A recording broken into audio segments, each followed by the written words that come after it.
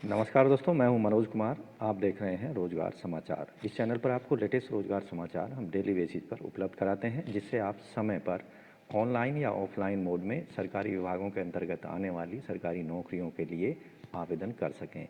तो आज की वीडियो में हम बात करने जा रहे हैं directorate general of home guards Delhi के अंतर्गत रिक्रूटमेंट 2024 से संबंधित। इसके अंतर्गत 10,285 पदों के लिए महिला और पुरुष दोनों से ऑनलाइन मोड में आवेदन मांगे जा रहे हैं। आज की इस वीडियो में हम बात करेंगे फॉर्म कैसे भरना है, सीख लो। तो वीडियो ये आधारित है फॉर्म भरने पर। वीडियो के दौरान हम स्टेप वाइज पूरा लाइव डेमो आपको दिखाएंगे फॉर्म भरने से संबंधित। उसके बाद आप बड़ी ही आसानी से होम गार्ड्स के पदों के लिए आवेदन कर सकेंगे ऑनलाइन मोड में। तो चलिए शुरू करते हैं। लेकिन आगे बढ़ने से पहले चैनल को सब्सक्राइब जरूर कर लें और बेल आइकन को जरूर दबा दें। आओ शुरुआत करें नए कल की। तो दोस्तों, हम आ चुके हैं directorate general of home guards की वेबसाइट homeguards.delhi.gov.in पर। यहाँ नोटिफिकेशन वाला एक ऑप्शन मिल जाता है। व्यू वाले बटन पर क्लिक करके आप डिटेल नोटिफिकेशन को देख सकते हैं, डाउनलोड कर सकते हैं। यहाँ directorate general of home guards government of national capital territory Delhi के द्वारा जारी किया गया एडवर्टाइजमेंट यहाँ डाउनलोड किया गया है। ऑनलाइन आवेदन शुरू हो चुके हैं 24 जनवरी से। ऑनलाइन आवेदन करने की अंतिम तिथि है 13 फरवरी 2024 तक। इन पदों के अंतर्गत महिला और पुरुष 10,285 होमगार्ड्स के वॉलंटियर्स पदों के लिए 3 वर्ष की अवधि के आवेदन कर सकते हैं, जिसे आगे 2 साल तक बढ़ाया जाएगा। इसके अंतर्गत 15%, 7.5%, 27% रिजर्वेशन SC, ST, OBC को दिया जाएगा। साथ ही 33.33% सीट्स महिलाओं के लिए आरक्षित रखी गई हैं। 10% सीट एक्स सर्विसमैन के लिए आरक्षित रखी गई हैं। क्राइटेरिया हम पहली वीडियो में बता चुके हैं। आवेदक भारत का रहने वाला हो, साथ ही national capital of territory Delhi का परमानेंट निवासी होना चाहिए। उससे संबंधित यहाँ डॉक्यूमेंट दिए गए हैं। आयु सीमा 20 से 45 साल के बीच होनी चाहिए।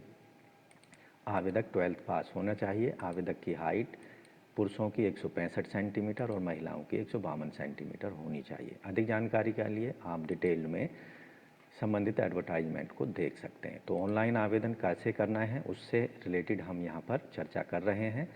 तो सबसे पहले आपको जाना है इस वेबसाइट पर। सबसे पहले directorate general of home guards की वेबसाइट dghgenrollment.in पर जाना है। जैसा कि पेज आप स्क्रीन पर देख रहे हैं, यहाँ राइट कॉर्नर में इंपॉर्टेंट इंस्ट्रक्शंस डिस्प्ले हो रहे हैं, उनको आप क्लिक करके देख सकते हैं। रजिस्टर्ड कैंडिडेट्स के लिए 3 ऑप्शन दिए गए हैं। फीस पेमेंट करने का, एप्लीकेशन स्टेटस को चेक करने का, एप्लीकेशन फॉर्म या उसका प्रिंट आउट लेना और उसको डाउनलोड करने का। उसके साथ ही नीचे अप्लाई ऑनलाइन का लिंक दिया गया है, इस पर आपको क्लिक कर देना है। अब यहाँ रजिस्ट्रेशन डिटेल आपको उपलब्ध करानी है। ये फॉर्म आपके सामने ओपन हो चुका है। कैंडिडेट्स का नाम यहाँ पर दे देना है, father's name, gender, mobile number, Aadhaar number, email ID, category select कर लेनी है, height, mobile, registration number, relation यहाँ पर हर फादर का यहाँ पर दे देना है, जो कि मैंडेटरी नहीं है। एक्स सर्विसमैन से रिलेटेड जानकारी यहाँ पर दे देनी है। ये जानकारी एक बार हम यहाँ कंप्लीट किए देते हैं। आपको बता दें, इस फॉर्म में जो भी हम डिटेल जानकारी यहाँ पर भर रहे हैं वो केवल डेमो है। उनका किसी रियल कैंडिडेट से, रियल आदमी से कोई लेना देना नहीं है। तो यहाँ पर सबसे पहले मान लीजिए आपका नाम है राम किशोर। उसके बाद यहाँ पर फादर्स नेम, उसके बाद यहाँ आपको अपना जेंडर सेलेक्ट कर लेना है, मेल फीमेल जो भी हैं। मोबाइल नंबर डाल देना है, आधार नंबर डाल देना है। आधार नंबर मैंडेटरी नहीं है, आप डाल सकते हैं और नहीं भी। उसके बाद यहाँ ईमेल एड्रेस डाल देना है, जो कि मैंडेटरी है। कैटेगरी यहाँ पर सेलेक्ट कर लेना है, जनरल, OBC, SC, ST जो भी है, जनरल सेलेक्ट कर लेते हैं। हाइट यहाँ पर डाल देनी है। मान लीजिए मेरी हाइट है 167 सेंटीमीटर। मिनिमम जो हाइट रखी गई है यहाँ पर 165 सेंटीमीटर मांगी गई है पुरुषों के लिए। मोबाइल नंबर यहाँ पर डाल देना है, सेल्फ का, फादर का, जो कि मैंडेटरी है। उसके बाद एक्स सर्विसमैन अगर आप हैं तो उससे रिलेटेड यहाँ पर यस नो में आंसर कर देना। मैं एक्स सर्विसमैन नहीं हूँ तो नो का आंसर करूँगा। अब यहाँ आप देखेंगे x central arm police force से रिलेटेड हैं आप, तो मैं नहीं हूँ तो नो को सेलेक्ट कर लेना है। और डेट ऑफ बर्थ यहाँ पर आपको कैलेंडर का इस्तेमाल करके डाल देनी है। मान लीजिए मेरी जो डेट ऑफ बर्थ है 1 जनवरी, और यहाँ पर ईयर सेलेक्ट कर लेना है 88 है, और यहाँ डेट सेलेक्ट कर लेनी है 14 जनवरी 1988। तो यहाँ पर एज आपकी कैलकुलेट होकर आ जाएगी 35 साल 11 महीने 18 दिन। उसके बाद करस्पॉन्डेंस एड्रेस की डिटेल यहाँ पर डाल देनी है। आपको ध्यान रखना है, अगर करस्पॉन्डेंस एड्रेस और परमानेंट एड्रेस एक जैसे हैं तो इस बॉक्स को आपको टिक कर देना है। तो सबसे पहले यहाँ पर अपना मकान नंबर डाल देना है। उसके बाद यहाँ पर मकान नंबर डालने के बाद में स्ट्रीट गली नंबर जो भी है वो डाल देना है। उसके बाद में यहाँ पर सेक्टर वगैरह अगर कुछ है तो उसका नाम डाल देना है।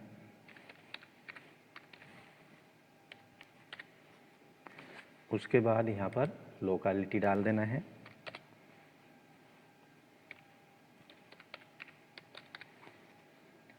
उसके बाद यहाँ पर सिटी सेलेक्ट कर लेना है। उसके बाद यहाँ आपको पिन कोड डाल देना है।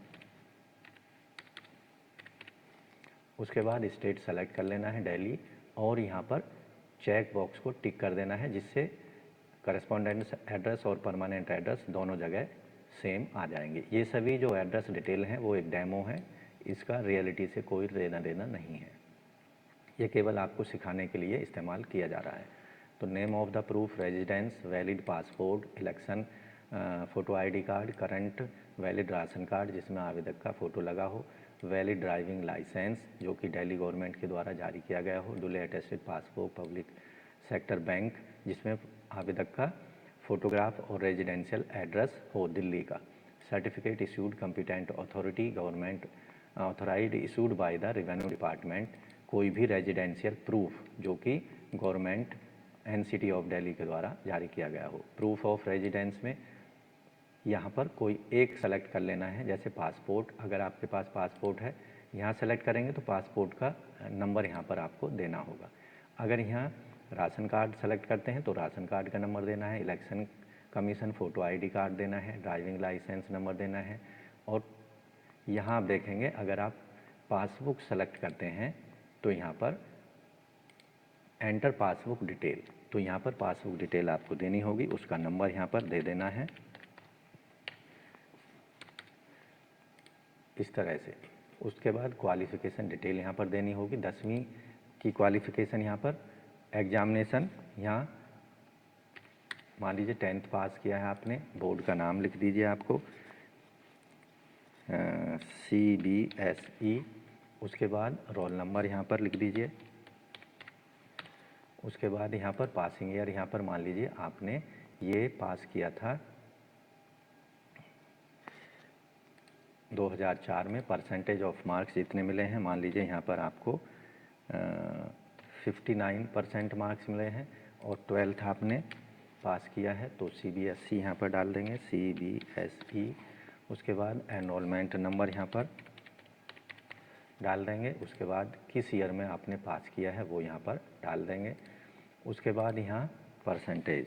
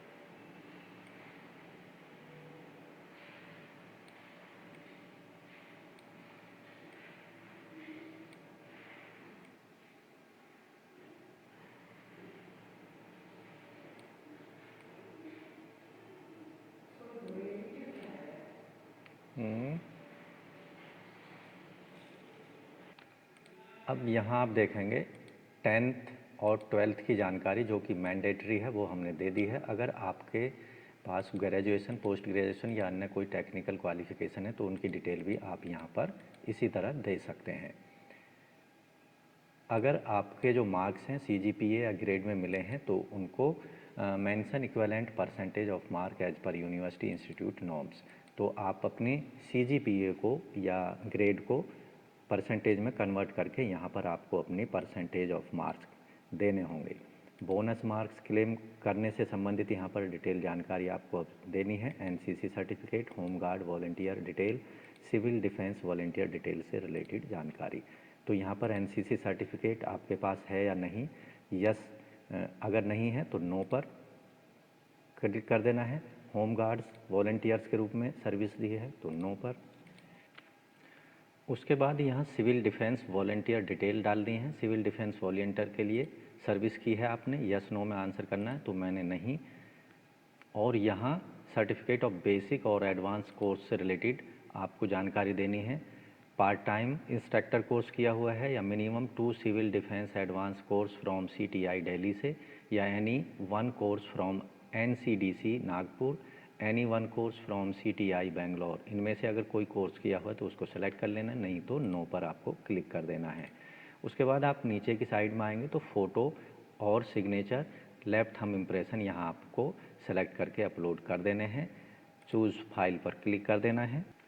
Photo, signature, left thumb impression को सेलेक्ट कर लेने के बाद में अपलोड वाले बटन पर क्लिक कर देना है। लेकिन यहाँ आपको ध्यान रखने हैं, आपका फ़ोटो का साइज़ 20 KB से 50 KB के बीच में JPG फॉर्मेट में होना चाहिए। इसी तरह सिग्नेचर 10 से 50 KB साइज़ का होना चाहिए और जो लेफ्ट थंब इम्प्रेशन है 10 KB से 50 KB JPG फॉर्मेट में होना चाहिए।